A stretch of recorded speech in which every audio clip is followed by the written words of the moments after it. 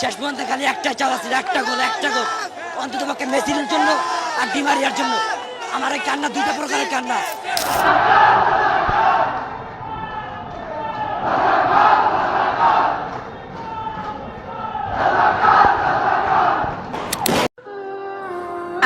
আজকে যে পরিস্থিতি হয়েছে ক্যাম্পাসে, অ্যাটলিস্ট আপনারা যদি কেউ দেখতেন, বিশ্বাস করেন আপনারা সারা জীবনের জন্য এই ছাত্রলীগ জিনিসটাকে যে কি পরিমাণ ঘৃণা করতেন বা ভয় পাইতেন আপনারা জানেন না। এরা আমাদের সামনে রড দিয়ে পিটায়া, ছেলেগুলারে রড দিয়ে পিটায়া একদম আধামরা করে ফেলছে।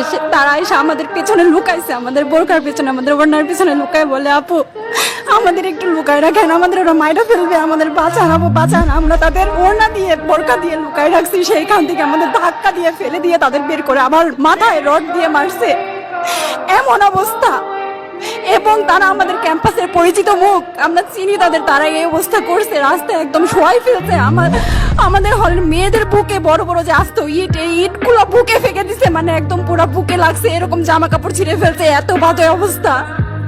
অথচ আমার ব্যাচমেট, আমরা যাদের সাথে ক্লাস করি, একসাথে বসি, আমি তাদের একটা কথা বলতে দেখি না এগুলো নিয়ে, একটা কথা না। এবং তাদের নিউজ ফিডে গেলে দেখবেন তারা এখন এগুলাই সাপোর্ট করে যাইতেছে। কিচ্ছু বলার নাই। আমি কেমনে যাই এই মানুষগুলোর সাথে, এত বছর ক্লাস করছি, বা আমি আরো 6টা মাস কিভাবে ক্লাস করবো আমি জানি না, আমি সত্যিই জানি না।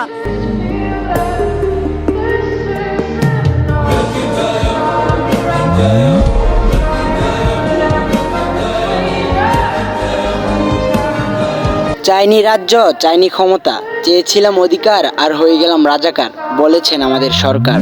So hello bye brothers, welcome back once more. আশা করি তোমরা সকলেই ভালো আছো, বাট আমি ভালো নাই। মানে কেমনে ভালো থাকবো ভাই, যেখানে কিনা আমার ভাই বোনদের উপরে এইরকম নির্মম অত্যাচার করা হচ্ছে। বাংলাদেশে 2,35,000 মুক্তিযোদ্ধার ছেলে মেয়ে নাতি নাতনিরা কোটা সুবিধা পেয়ে থাকে, আর যাদের কোটা সুবিধা নেই তাদের মেধা থাকা সত্ত্বেও ভালো কোনো শিক্ষা প্রতিষ্ঠান অথবা চাকরির সুযোগ পায় না। মানে এখানে বাবার পেশা ছেলে পাবে, ছেলের পরে নাতি, চাষার ছেলে চাষাই রবে, কোঠাই গড়া জাতি। ছাত্ররা আজ হেরে গেলে বাংলাদেশ আর কখনোই আলোর মুখ দেখবে না। সকল সাধারণ জনতার উচিত ছাত্রদের সাহায্যে এগিয়ে আসা।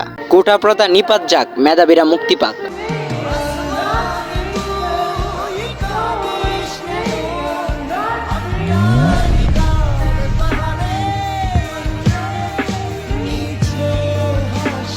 এই বাংলাদেশে জন্মগ্রহণ করে নিজেকে আজ খুব লজ্জিত মনে করছি। হায় রে দেশ, নিজের অধিকারটা নিয়েও কথা বলা যাবে না। সত্যি কি আমরা স্বাধীনতা লাভ করতে পারছি? গাইস, আরেকটা জিনিস যেটা আমার কাছে খুব খারাপ লাগছে, মানে আমাদের বর্তমান সমাজের আইডল মনে হয় যাদেরকে, তৌহিদ আফ্রিদি, রাফসান, মুনজেরিন, ফারাজ করিম, আইমান সাদিক, এত sir, content creator, food blogger, freelancer, অভিনেতা, এদেরকে দেখি সব আন্দোলনেই ভাষণ মারে। এখন এই ছাত্র আন্দোলনে একজনও কি বেঁচে নাই? এদেরকে শুধু বন্যার সময় দেখা যাবে বিকাশ নাম্বার নিয়ে হাজির হতে। কেমন আইডল তারা, এদেরকে দেখলে এখন ঘৃণা হয়। তো অবশেষে একটা কথাই বলবো, লড়াই করো, না পারলে লিখো, লিখতে না পারলে সঙ্গ দাও, সঙ্গ না দিতে পারলে যারা লড়ছে তাদের মনোবল বাড়াও। যদি তাও না পারো তাহলে যে লড়ছে তার মনোবল কমিও না, কারণ সে তোমার ভাগের জন্যই লড়াই করছে।